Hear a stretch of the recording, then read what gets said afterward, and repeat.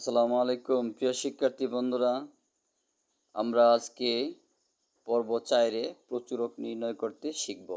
দেখো, নিচে একটি উপাত্ত দেওয়া আছে, শ্রেণীব্যক্তি দেওয়া আছে, 4টা শ্রেণী আছে, 1, 2, 3, 4টে শ্রেণী। এবং গণসংখ্যা দেখো, গণসংখ্যা দেওয়া আছে 8, 10, 20, 7 গণসংখ্যা দেওয়া। এই হলো উপাত্ত। এই উপাত্ত থেকে তোমরা প্রচুরক নির্ণয় করবে। দেখো, প্রচুরক নির্ণয় করলে প্রথমে আমার কি করতে হবে, এখানে আমার প্রচুরক নির্ণয় করার জন্য যে আমরা জানি সূত্রটা আছে, দেখো আমরা জানি সূত্রটা যে L plus F1 divided F1 plus F2 into H। এই যে সূত্রটা দেখছো, এই সূত্রটার মধ্যে এখানে L এর মান, F1 এর মান, F2 এর মান, H এর মান, এগুলো আমাদের আগে বের করতে হবে। এই জন্য আমরা এই যে এখানে L সমান কত, প্রচুরক শ্রেণীর নিম্নমান। L সমান হলো প্রচুরক শ্রেণীর নিম্নমান 16। তাহলে আমরা এখানে লক্ষ্য করি কোন শ্রেণীটা প্রচুরক শ্রেণী। আমরা পর্ব 1-এ আমরা প্রচুরক শ্রেণী এবং মধ্যক শ্রেণী নির্ণয়ের কৌশল শিখেছিলাম। যাদের মনে আছে তারা অবশ্যই বুঝবে। যে শ্রেণীতে গণসংখ্যা সর্বাধিকবার, সবচেয়ে বেশিবার, এই শ্রেণীটাই আমার প্রচুরক শ্রেণী। তাহলে এই যে 20 গণসংখ্যা সবচেয়ে বেশিবার কোন শ্রেণীতে, 16 থেকে 19 শ্রেণীতে। 16 থেকে 19 শ্রেণীতে গণসংখ্যা সবচেয়ে বেশিবার। তাহলে 16 থেকে 19 হচ্ছে আমার সবচেয়ে বড়, বা এই শ্রেণীটা আমার প্রচুরক শ্রেণী। তাহলে প্রচুরক শ্রেণীর নিম্নমান অথবা নিম্ন সীমা, যে সংখ্যাটা ছোট বাম পাশের আর ডান পাশে যেটা বড়টা হলো ঊর্ধ্বমান বা উচ্চসীমা, আর যেটা বাম পাশে নিচে ছোট সংখ্যাটা, এটা হলো তোমার নিম্নমান বা নিম্নসীমা।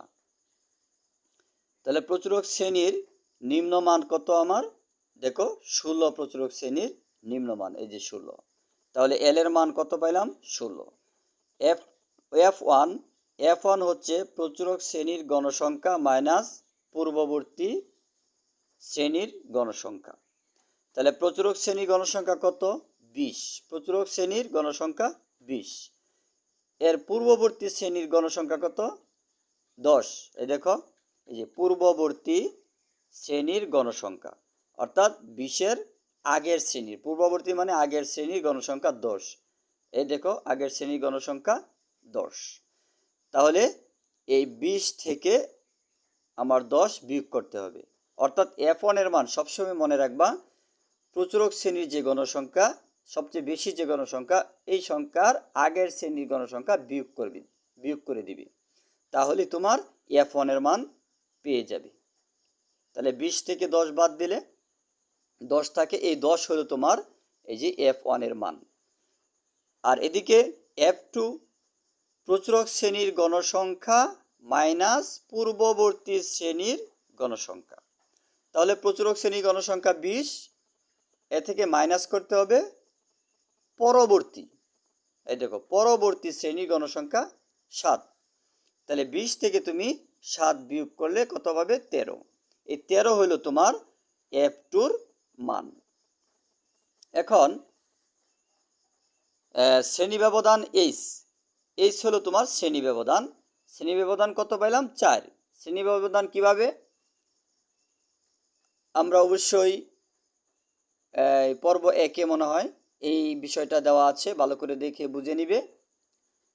এখানে শ্রেণী ব্যবধান হইল, দেখো 8 থেকে 11, 8 থেকে 11, 12 থেকে 15, 16 থেকে 19, 20 থেকে 23।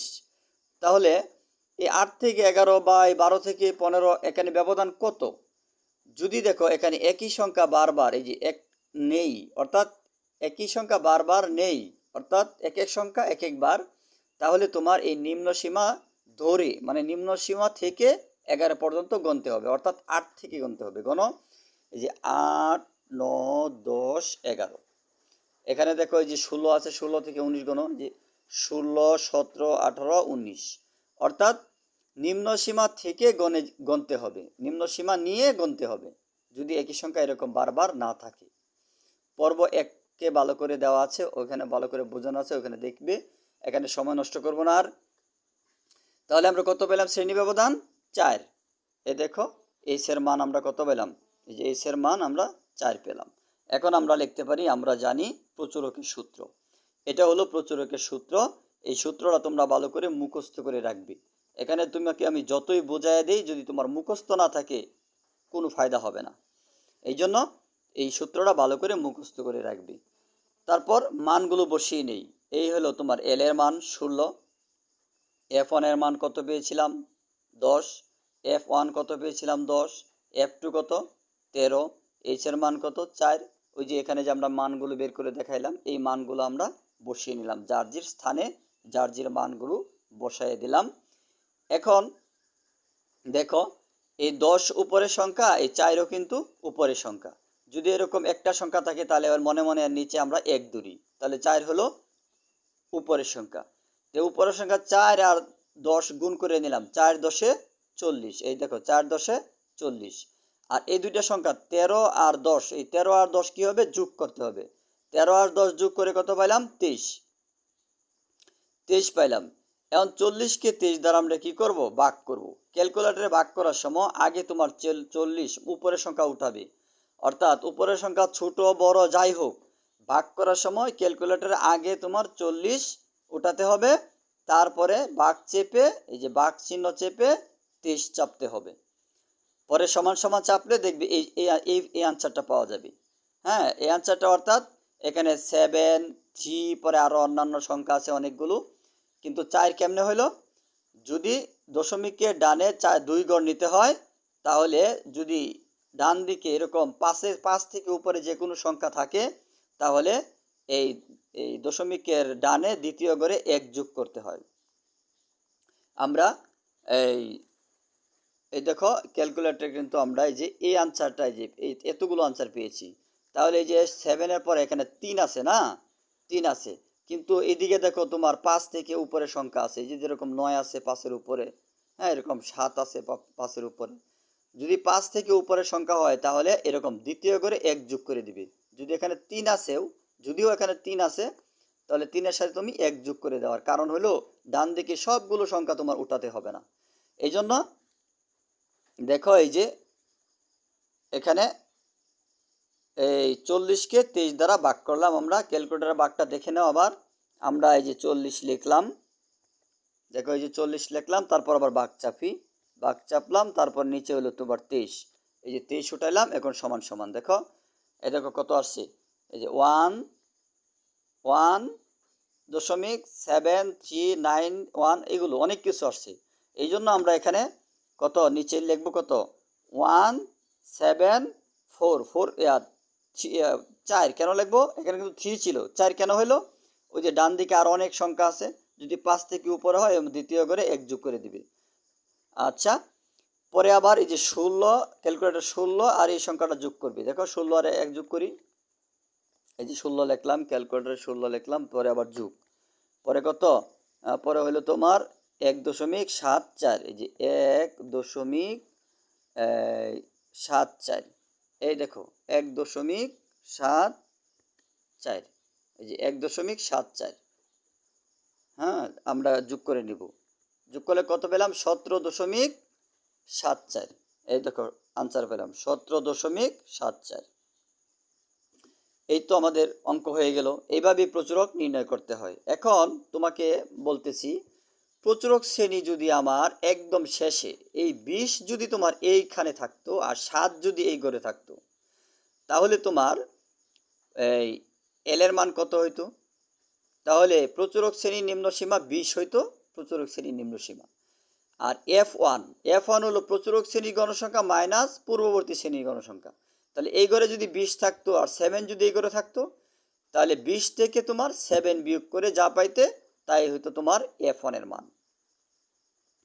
কিন্তু F2 এর মান কিভাবে হইতো? কারণ 20 এই ঘরে 7 এই ঘরে, তাহলে এইটা প্রচুরক সংখ্যা, প্রচুরক গণসংখ্যা এটা। তাহলে 20 থেকে তুমি পরবর্তী শ্রেণী গণসংখ্যা, এখানে তো পরবর্তী শ্রেণী নাই, তাহলে তুমি কত বিয়োগ করবে? 20 থেকে কত বিয়োগ করবে? তাহলে 20 থেকে 0 বিয়োগ করতে হবে। এখানে লিখতে হবে যে 20 বিয়োগ 0, অর্থাৎ 7 মনে করো 11, 20টা ধরো 11। তাহলে F1 এর জন্য হইল 20 মাইনাস 7, আর F2 এর জন্য হয়তো 20 মাইনাস 0, কারণ এখানে তো পরবর্তী শ্রেণী নাই। আর 20 ধরো এই 20 যদি তোমার এই ঘরে হইতো 8-এর ঘরে, তাহলে F1 কিভাবে হইতো?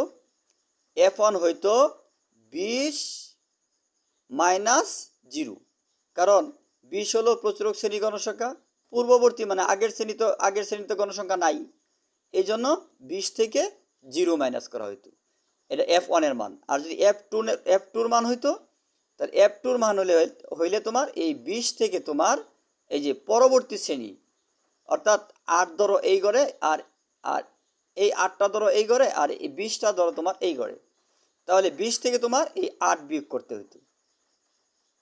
অথবা তোমার 8টা ধরো তোমার এই ঘরে, এই 20-এর ঘরে, তাহলে আর 20 এই ঘরে, আর 10 যে ঘরে আছে এই ঘরেই, তাহলে F2 এর জন্য কি করতে? 20 থেকে তুমি এই 10 বিয়োগ করতে। অর্থাৎ যেই ঘরে গণসংখ্যা সবচেয়ে বেশি থাকবে এটাই তোমার প্রচুরক শ্রেণীর গণসংখ্যা। আর যদি F1 বের করা হয়, তাহলে গণসংখ্যার আগের গড় থাকলে যে সংখ্যা এই সংখ্যায় বিয়োগ, না থাকলে 0 বিয়োগ। আর গণসংখ্যা যদি একবার শেষে বেশি থাকে, বড় থাকে, সর্বাধিক থাকে, তাহলে এই F1 এর জন্য 20 থেকে আগের গড় মাইনাস, আর F2 এর জন্য হবে 20 থেকে পরের গড় তো নাই কিছু, অর্থাৎ 0 মাইনাস। এইরকম একটা উপাত্ত তুমি নিজে লিখে বাড়ির কাজ করে তুমি আমাকে কমেন্ট করবে আমার এই নাম্বারে, এবং লাইভে তোমাকে আমি হাতে ধরে ধরে দেখিয়ে শিখিয়ে দেবো ইনশাআল্লাহ। ঠিক আছে, এই পর্যন্তই।